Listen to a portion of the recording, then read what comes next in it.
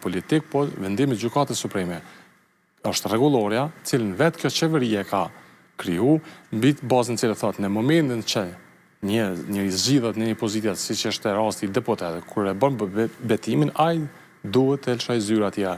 Ta në rastin konkret nuk i kanë shu, marrin vendime dhe sa dhe kësaj dite, që në parem jënë të kundërligjshme, mirë po që, si që e dini, LDK-ja dhe maheret e ka bën një kallëzim penal ndaj kësaj situate.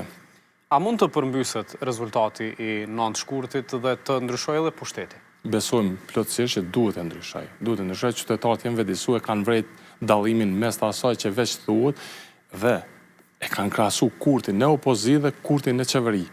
Gjithçka, çdo si fjalë që e ka thënë në opozitë, në qeveri e ka shkel. E ka bërë të kundërtën. Po ja fillojmë që një element tjerë, i kujtohet ajo thënia e famshme që ne nuk duam xhipatzi, po duam trotuare. Tash trotuaret i kanë harruar sepse janë komodu në xhipatzi. Nuk ecin trotuaret qeveritarët? Jo, s'kan bot trotuaret, sa ta s'kan bot trotuaret. S'kan kriju. Pra, po thoni që mund të ndryshoj, po me çfarë matematikash, me çfarë partnerësh? Si mund të arrije deri te një qeveri e re pa vetëvendosje? Po na shpresojmë që vetëvendosja ka një ramje, edhe ka dhe motit caktuara që e vendosin me ramje bukur mirë, dhe mande tani në bazë rezultati që del, sigurisht që do të ulet LDK-ja dhe do të shkruaj me partnerë të tjerë.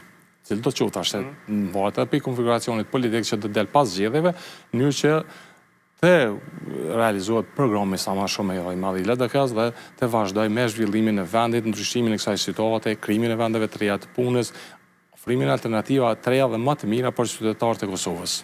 I keni zotimet e para, siç e keni prezantuar në vazhdimsi, po cilat janë ndoshta prej atyre që do t'i bënin në fillim të mandatit?